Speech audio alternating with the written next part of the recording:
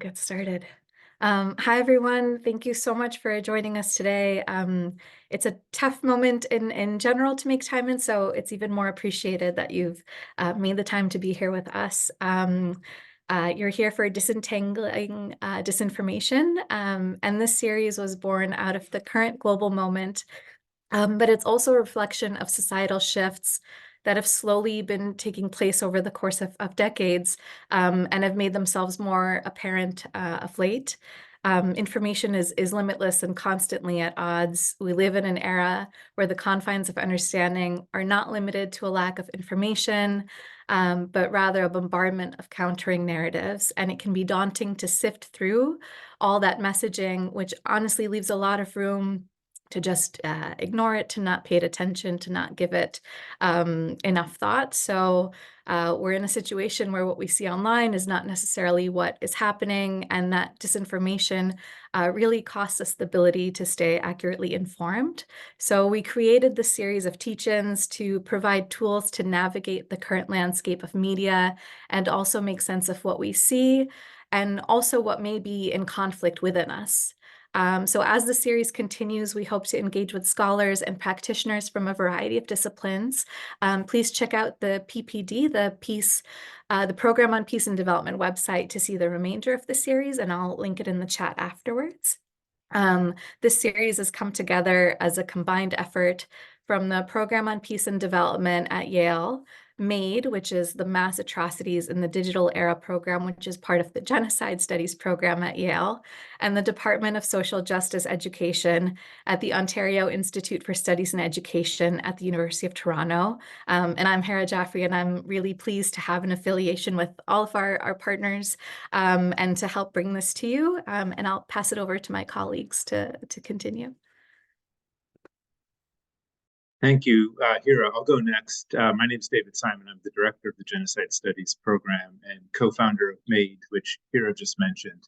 I'd like to begin, as we do with all genocide studies sponsored events, and thank Hera for offering the space to do so, with an acknowledgement, which is that Yale and the Genocide Studies program acknowledge that Indigenous peoples and nations, including the Mohegan, Mashantucket Pequot, Eastern Pequot, Shattuck, Golden Hill, Pajusset, Niantic, and Quinnipiac, and other Algonquin-speaking peoples have stewarded through the generations lands and the waterways of what's now the state of Connecticut. We, as the Genocide Studies program and Yale affiliates, and those of us on this call, I hope will all honor and respect that enduring relationship that exists between these peoples and nations and this land. So thank you for being here. I'm really proud and delighted that GSP can be a part of this exciting series.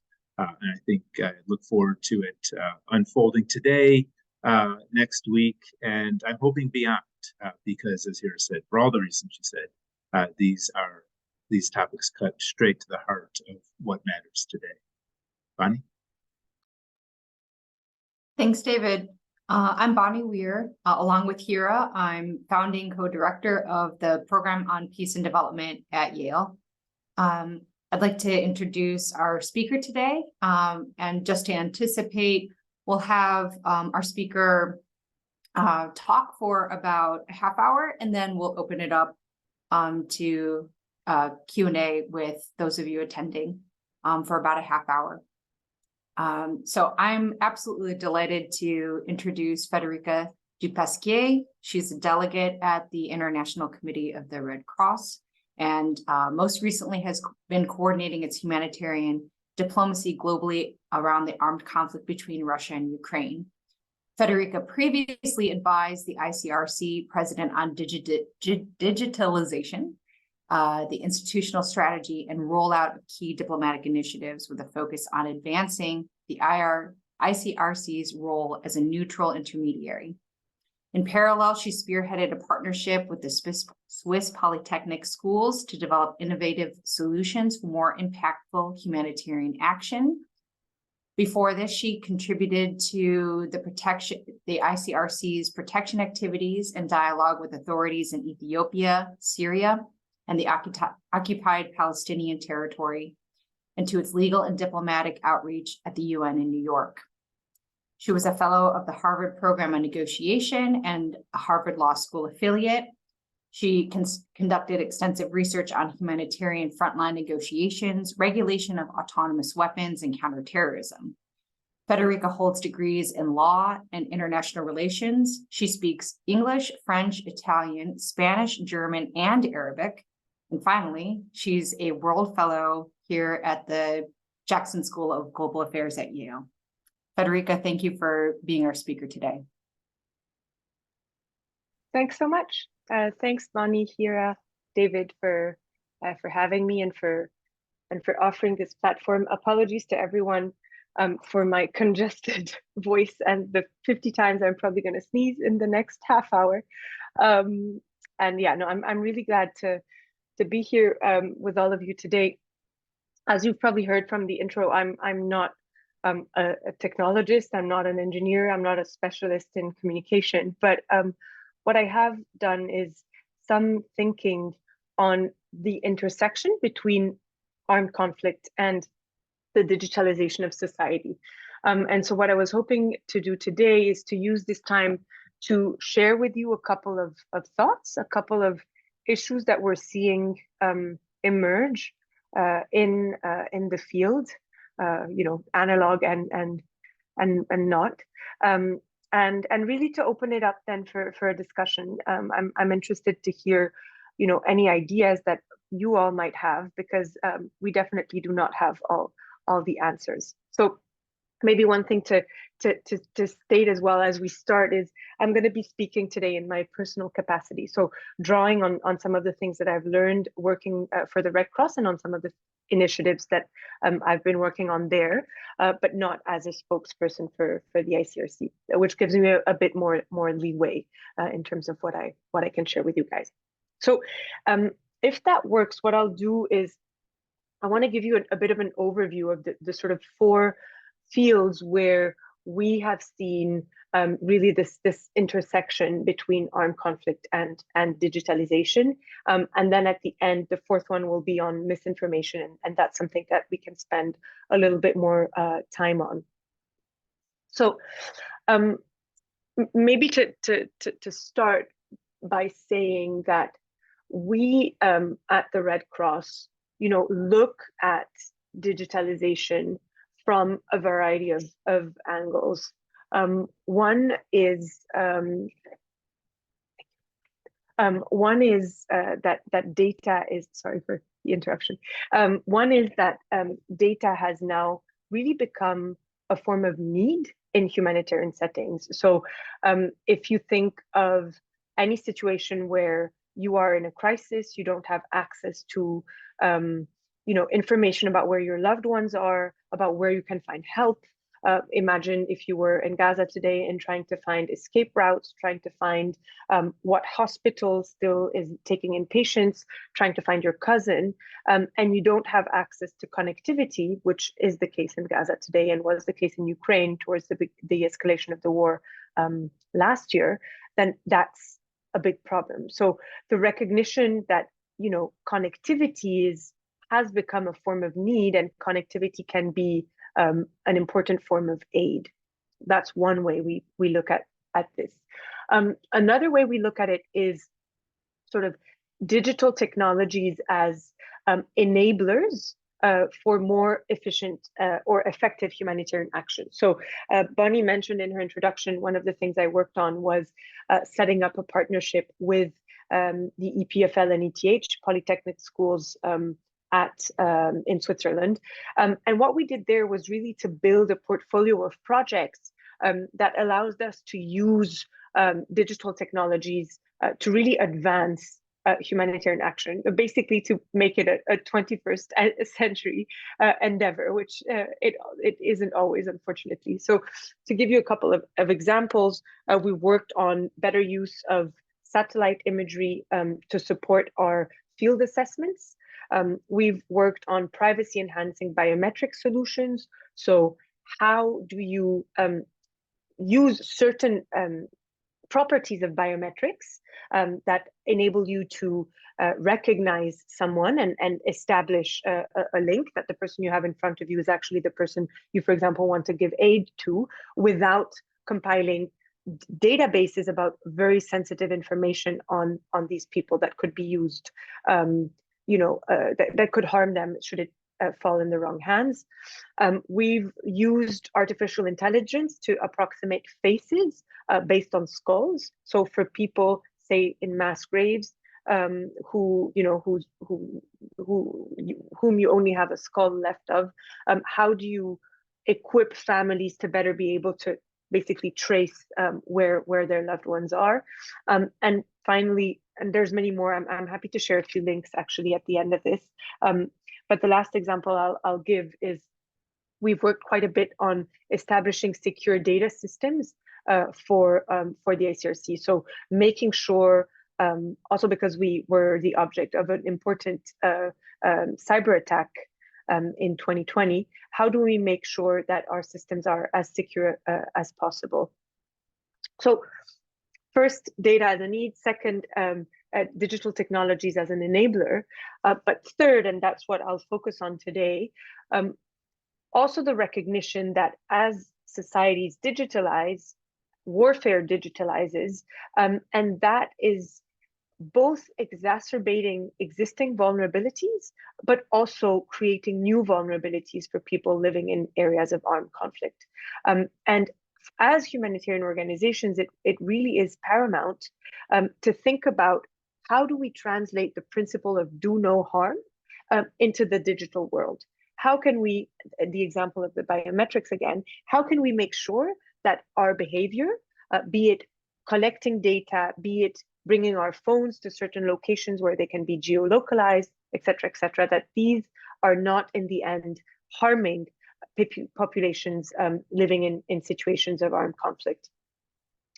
And there's 4 areas that I want to mention today that we have been looking at the ICRC, but also more generally that I think are worth thinking about at this intersection between armed conflict and digitalization.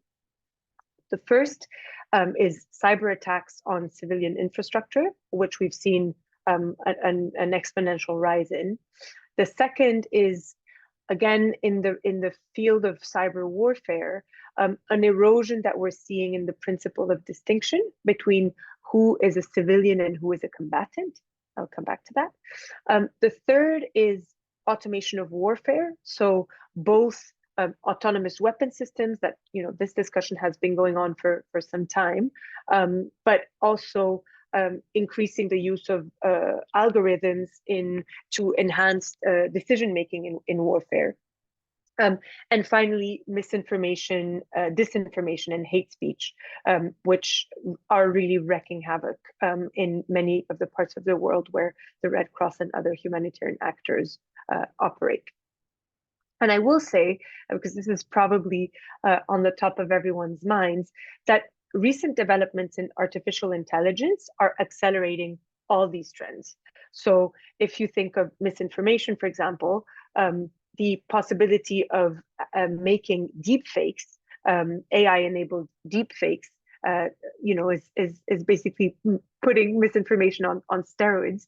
But there are similarly concerns about AI-enabled autonomous weapon systems, about AI-enabled cyber attack systems. So just to say that this is really a cross-cutting issue, and one where I think that has become a subset and an increasingly important subset of the broader social governance question on what do we do about artificial intelligence, and how do we manage that, and how do we govern this technology. So let me go through these 4 areas that I mentioned, give you a little bit more background on them. And then what I'll do towards the end is to give you as well a couple of areas where I see some hope. So where I see some concrete steps that can be taken, and to some extent are being taken, to mitigate or manage some of the risks that I'm going to detail. and then we can open it up for questions. So the first element I wanted to mention was around civilian harm in armed conflict. And here, you know, and throughout perhaps this one last thing before going into the 4 points, what I would like for you all to take away from this is basically the reflex to think that whatever concerning implications we see of technology in our societies, so for example, in the United States, in Canada, in Switzerland, where I'm from, there is very often a corollary, sometimes much more severe implication for people who live and sometimes who work in conflict zones. And you know, I think it's really important to bear this in mind, because again, the vulnerabilities are really at a whole other level. So to come back to my first point on civilian harm in armed conflict, what we're basically seeing throughout the sector is that more and more systems in the real kinetic world are relying on digital infrastructure. So, for example, hospital systems or electricity grids, other power systems rely overwhelmingly on internal digital infrastructure to be able to manage their operations. And so one of the important risks that humanitarians see in this space is that cyber attacks, either because they directly target this civilian infrastructure, or because, and again, I'm not an engineer and this is going to become apparent, or because the systems are not very easily, they're not very well separated, that basically cyber attacks are going to be having, and already are having, more and more repercussions on civilian infrastructure. So again, think your digitally connected hospital, a cyber attack on the hospital goes down, people are, on incubators, die, people who are on other life support systems die. So the offline harm is immediate and really clear. Thankfully, this hasn't happened to a large extent yet. But again, there is, I think, a growing realization that the more our systems rely on digital infrastructure, the greater the vulnerability surface is going to be. The second element that we see here is really this erosion of the distinction between civilians and combatants. And I'll give you an example to be more concrete. Or rather, let me take one step back.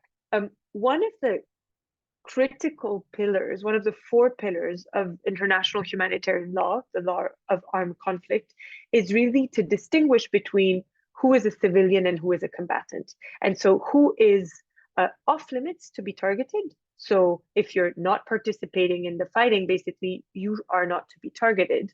And if you are participating in the fighting, then you are a legal target. So if you're a soldier, you're a legal target. And they're already in the kinetic real world, that can sometimes get blurry. So states have sometimes argued that members of armed groups, don't qualify as combatants.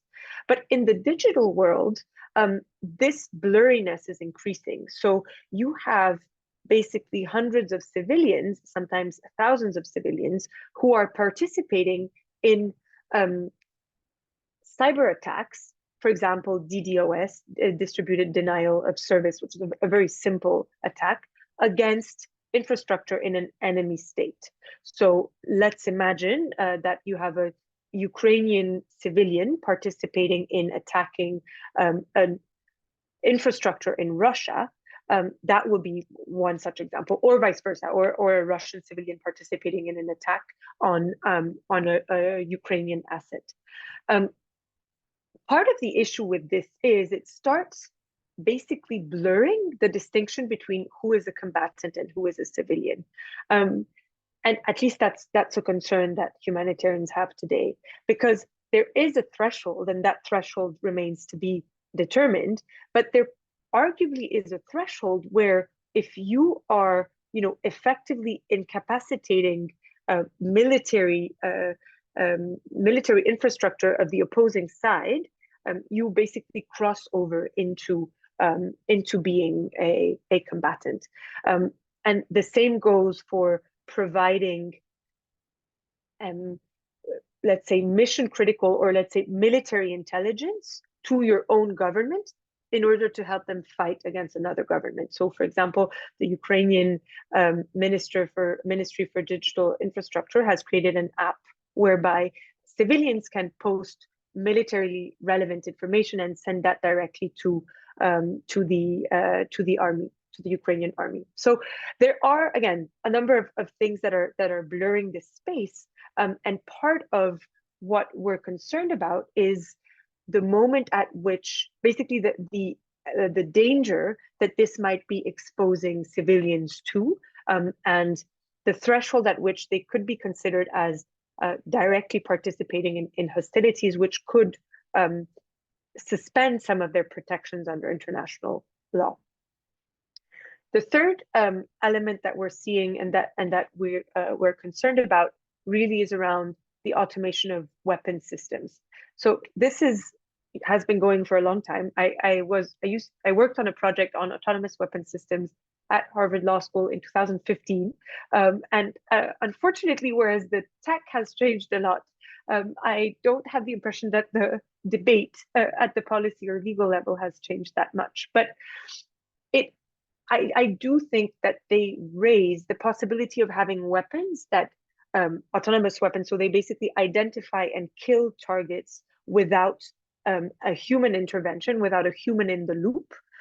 That's something that is very concerning to the humanitarian sector in general. And it has led the president of the ICRC and the UN Secretary General to call, I think in October, about a month ago, for a new legally binding instrument on regulating autonomous weapon systems and on banning certain weapon systems.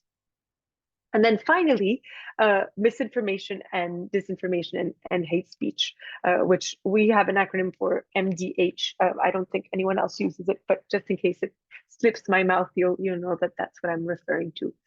So the thinking there is really to say that misinformation has been around for a really long time, both in situations of peace and in societies that are at war.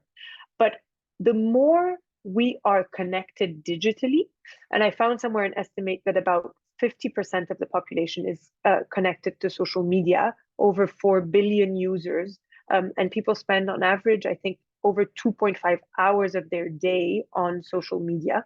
So that's a long time. And inevitably, it really ends up shaping your political and social interactions and really your perceptions of reality, what is real and what is not. And one of the areas that you all will probably be very familiar with is that functioning in social media echo chambers, because of how these instruments are designed, they basically reproduce and amplify existing biases. They are designed to share with you information that that the algorithm expects you are most likely to agree with already. So the space basically for being exposed to this information you disagree with, or information that contradicts part of your worldview, that confrontation is diminishing. And this, I think, we see, here in the United States, in Europe, it's the same thing, is an issue. It's contributing massively to polarization of society and to a decrease, I would say, in even a tolerance for divergence of opinion, and for discomfort in dialogue. But you can imagine that when you're thinking about a situation of armed conflict, which by definition is one that is polarized, is one that already has weapons that are present, and that already has a certain level of violence, then you can imagine that the consequences that we're seeing even in a country like the United States the consequences of misinformation in war zones escalate dramatically. 1 second, sorry. So part of the implications of misinformation in war zones have been the following. The first is that it has often led, or often, I'll give you one example, but it has repeatedly led in the past 5 years, roughly, to an increase in inciting violence, and with palpable real life consequences. So there's been a lot of reporting, and none of these are ICRC examples, they're all from public sources, but there's been a lot of reporting on how the use of then Facebook has really contributed to mass killings of the Rohingya population in Myanmar. This is one of the best documented cases. So the first and most worrying implication of misinformation really is the direct violence that it can lead to for civilians in war zones. The second two are almost, well, they're more indirect, but I think they're also quite worrying. The first of which is that part of what misinformation has been targeted to in the past years has been eroding trust in humanitarian actors. So, for example, in Ukraine, there was a large effort to discredit not only the ICRC, but also the UN and a number of other humanitarian and international organizations. So what this does is, by spreading misinformation on actors who are trying to help, and because reaching areas, contested areas, frontline areas, areas controlled by non-state armed groups, etc., really relies on trust. So the Red Cross, Doctors Without Borders, the UN, all these actors fundamentally rely on trust of people and parties to be able to do their work.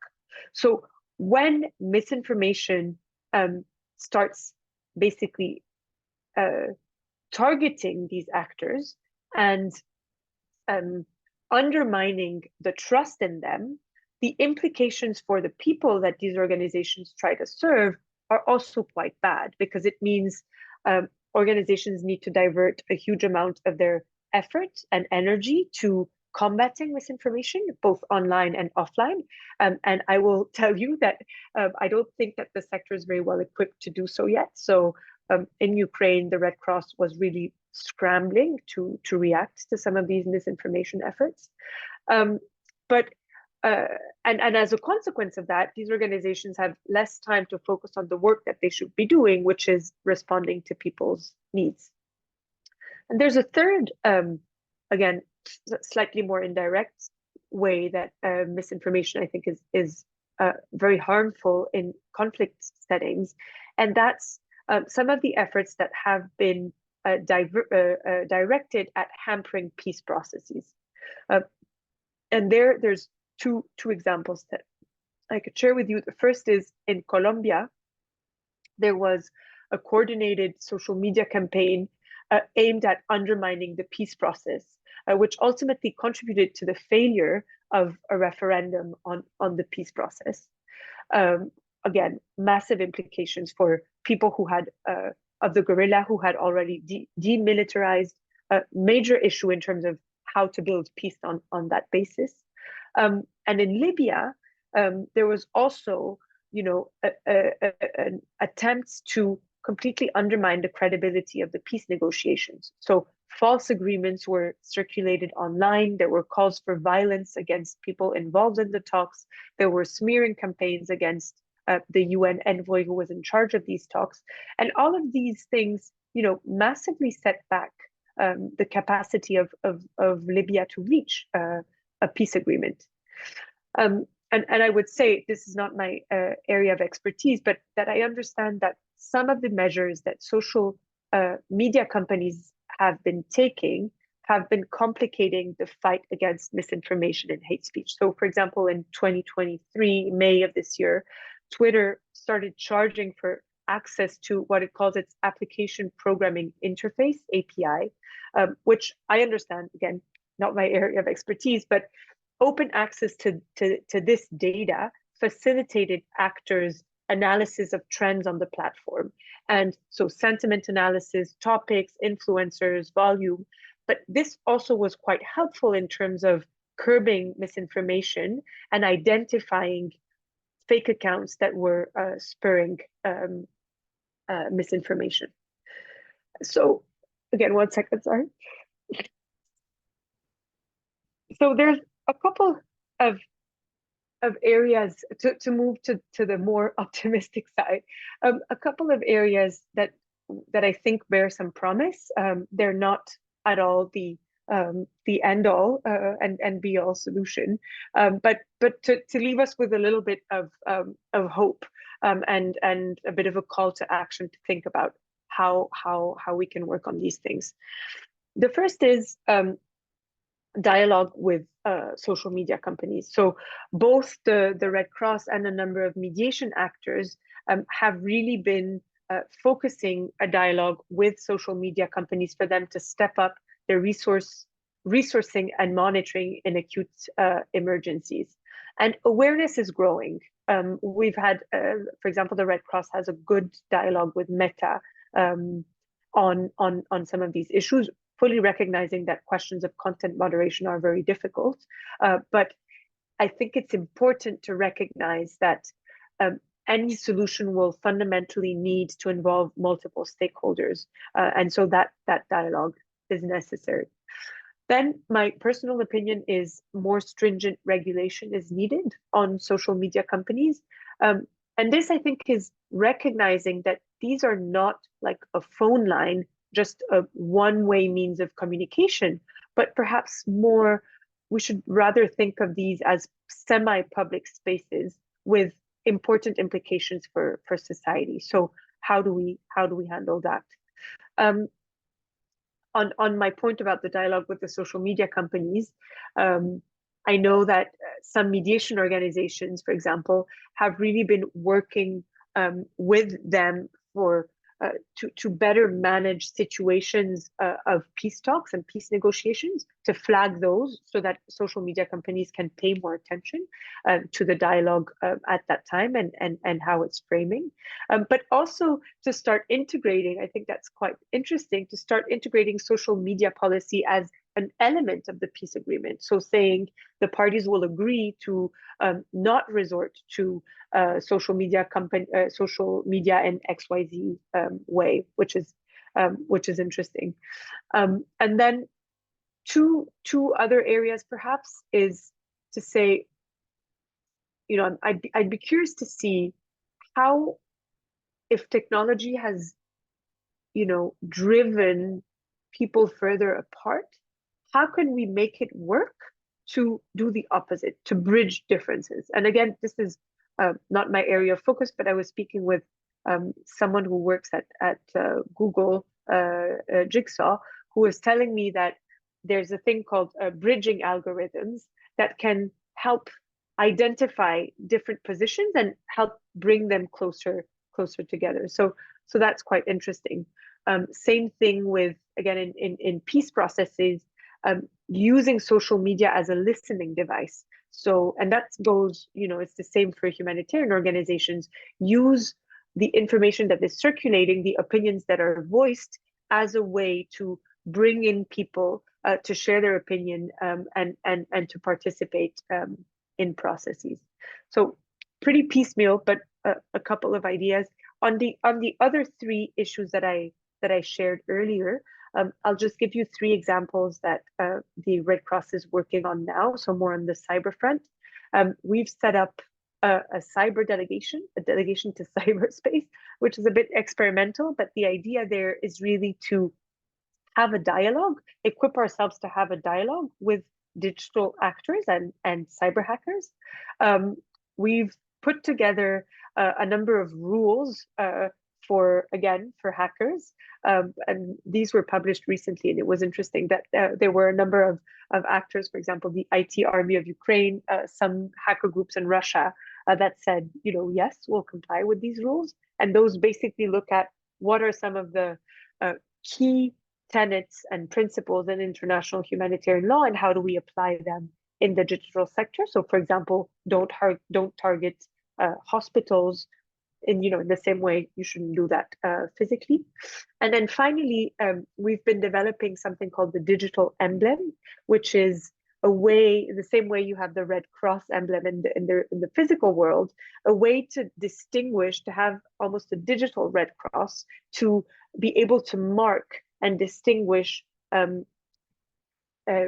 digital infrastructure that is humanitarian, and we're thinking about whether that could and should be expanded to, say, medical facilities, to very clearly mark for actors that are engaging in cyber attacks that these are protected spaces and that they shouldn't be targeted. That's it from me. I hope I covered some of what you guys were interested in, and I'm looking forward to the conversation. Thank you so much for sharing your experience, for having us think about sort of where social media and our lives online intersect with sort of humanitarian aid, humanitarian relief efforts, and sort of the global moment. Thank you so much for also being the first part of this series on disinformation. For the audience, we'll hope to distill some of this information and have a shareable guide that we can distribute to you over email. We have your contact information, so we'll be sharing that online.